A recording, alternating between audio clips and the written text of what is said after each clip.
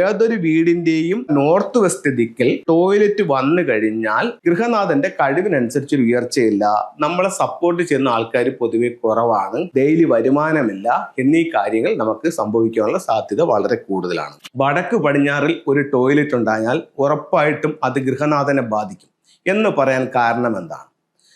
അതായത് ചൈനീസ് വാസ്തുകലയായ ഫെങ്ഷുയിൽ നമ്മുടെ വീടിന്റെ ഓരോ ദിക്കുകളും ആ വീട്ടിലുള്ള ഓരോ വ്യക്തികളെയും അവിടുത്തെ ഓരോ സൗഭാഗ്യങ്ങളെയും സൂചിപ്പിക്കുന്നു എന്നാണ് പറയുന്നത്.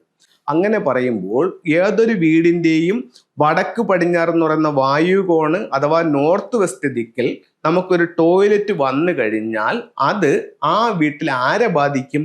ഗൃഹനാഥനെ ബാധിക്കും. അപ്പോൾ ഈ പ്രോഗ്രാം കാണുമ്പോഴോ നമ്മൾ വീടുകൾ കൺസൾട്ട് ചെല്ലുമ്പോഴോ ആൾക്കാർ പറയും നോർത്ത് വെസ്റ്റിൽ ടോയ്ലറ്റ് ആ മൂലയിലില്ല, മൂലയിൽ നിന്ന് നമ്മളൊരു 4 or 5 അടി മാറ്റിയിട്ടാണ് ആ ടോയ്ലറ്റ് വെച്ചിരിക്കുന്നതെന്ന് പലരും പറയുന്നുണ്ട്. ചിലർ പറയും ആ കറക്റ്റ് കോർണറിൽ ടോയ്ലറ്റ് അല്ല, അത് ഡ്രസ്സിംഗ് റൂമാണ്, അത് കഴിഞ്ഞ് ഡ്രസ്സിംഗ് റൂമിൽ കയറിയിട്ടാണ് ടോയ്ലറ്റ് കയറുന്നതെന്ന് പറയുന്നത്. അപ്പോൾ വീടിന്റെ ഒരു കണക്കെടുത്തിട്ട് വീടിനെ കറക്റ്റ് 9 ആയിട്ട് ഡിവൈഡ് ചെയ്യും. അതായത് 8 ദിക്കുകളും ബ്രഹ്മസ്ഥാനം. അപ്പോൾ മൊത്തത്തിൽ 360 ഡിഗ്രിയാണ് ഏതൊരു വീടും ഉള്ളത്. അതിനെ 8 ആയിട്ട് ഡിവൈഡ് ചെയ്യുമ്പോൾ ഒരു വീടെന്ന് പറയുന്നത് എത്ര ഡിഗ്രി കിട്ടും? ഒരു ദിക്കെന്ന് പറയുന്നത് എത്ര ഡിഗ്രി കിട്ടും? 45 ഡിഗ്രി കിട്ടും. അപ്പൊ 45ന്റെ 8 അപ്പം 360, പിന്നെ ഒരു സെൻട്രൽ സ്ഥാനം. അങ്ങനെയാണ് നമ്മൾ ഇതിനെ 9 ആയിട്ട് ഡിവൈഡ് ചെയ്യുന്നത്. ആ 45 ഡിഗ്രിക്കകത്ത് നിങ്ങൾ എവിടെ ടോയ്ലറ്റ് വന്നാലും അത് ഗൃഹനാഥനെ ബാധിക്കും.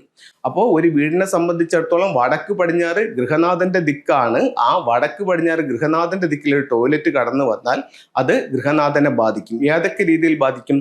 ഗൃഹനാഥന്റെ കഴിവിനനുസരിച്ചൊരു ഉയർച്ചയില്ല, നമ്മളെ സപ്പോർട്ട് ചെയ്യുന്ന ആൾക്കാർ പൊതുവെ കുറവാണ്, ഡെയിലി വരുമാനമില്ല എന്നീ കാര്യങ്ങൾ നമുക്ക് സംഭവിക്കാനുള്ള സാധ്യത വളരെ കൂടുതലാണ്.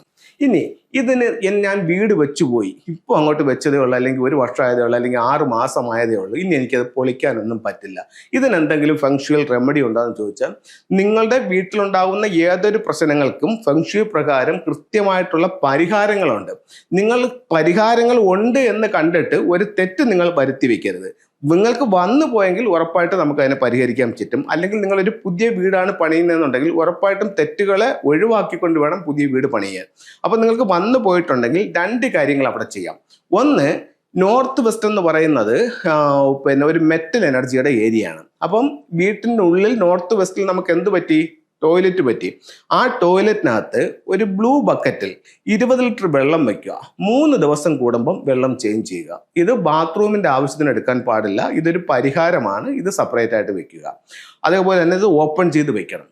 അങ്ങനെ 3 ദിവസം കൂടുമ്പം വെള്ളം ചേഞ്ച് ചെയ്തുകൊണ്ടേ ഇരിക്കണം. 2, വീടിന് പുറത്ത് വടക്ക് പടിഞ്ഞാറ് കോർണർ, അതായത് നോർത്ത് വെസ്റ്റ് കോർണറിൽ 6 പൈപ്പുകളുള്ള ഒരു ബെല്ല് നോർത്ത് വെസ്റ്റ് കോർണറിൽ തൂക്കുകയാണെങ്കിൽ ഈ പ്രശ്നങ്ങൾക്ക് പരിഹാരമാവും. അപ്പോൾ ഒത്തിരി ആൾക്കാർ നിങ്ങളെ സപ്പോർട്ട് ചെയ്ത് ഇട്ട് ഒരു 10-21 ദിവസത്തിനുള്ളിൽ തന്നെ പലർക്കും അതിന്റെ റിസൾട്ട് കിട്ടുന്നുണ്ട്.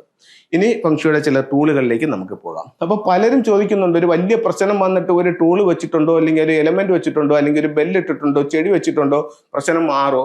അങ്ങനെയാണെങ്കിൽ എല്ലാവർക്കും അത് ചെയ്താൽ പോരെ എന്ന് ചോദിക്കുന്ന ആൾക്കാരുമുണ്ട്. അങ്ങനെ ഒരു പ്രശ്നമുണ്ടെങ്കിൽ അതിനൊരു പരിഹാരവുമുണ്ട്. പക്ഷേ ഇപ്പം നിങ്ങൾക്ക് അറിയാം, വടക്ക് പടിഞ്ഞാറ് ഒരു പ്രശ്നം വന്നാൽ ഒരു വിൻചയം ഇട്ടാൽ അത് ശരിയാവുമെന്ന് നിങ്ങൾക്കറിയാം. നിങ്ങൾക്ക് അറിഞ്ഞതുകൊണ്ട് യാതൊരുവിധ കാര്യവുമില്ല. നിങ്ങളത് പ്രവൃത്തി പദത്തിലേക്ക് കൊണ്ടുവന്നാൽ മാത്രമേ അതിൽ റിസൾട്ട് ഉള്ളൂ. അപ്പം നിങ്ങൾ വടക്ക് പടിഞ്ഞാറ് വിൻചയം ഇട്ടാൽ മാത്രമേ അതിൻ്റെ റിസൾട്ട് നിങ്ങൾക്ക് അറിയാനായിട്ട് സാധിക്കത്തുള്ളൂ. ടൂൾസിലേക്ക് പോകാം. സിട്രിൻ എന്ന് പറഞ്ഞിട്ടുള്ള ഒരു സ്റ്റോൺസ് ആണ്. ഇത് വെൽത്തിനെ അട്രാക്ട് ചെയ്യുന്ന ഒരു സ്റ്റോൺസ് ആണ്. അപ്പം ഈ സിട്രിൻ്റെ മാല വാങ്ങിക്കാൻ കിട്ടും, ഇതിൻ്റെ ബ്രേസ്ലെറ്റ് വാങ്ങിക്കാൻ കിട്ടും. അപ്പോൾ ഇത്തരത്തിലുള്ള ഇത് നമ്മുടെ കൈവശം സൂക്ഷിക്കുകയോ നമ്മൾ ധരിക്കുകയോ ചെയ്യുമ്പോൾ വെൽത്തിനെ അട്രാക്ട് ചെയ്യുമെന്ന് ചൈനീസ് വാസ്തുകലയായ ഫെങ്ഷുയിൽ പറയുന്നുണ്ട്. നല്ല റിസൾട്ട് ഉള്ള ഒരു സ്റ്റോൺ ആണത്.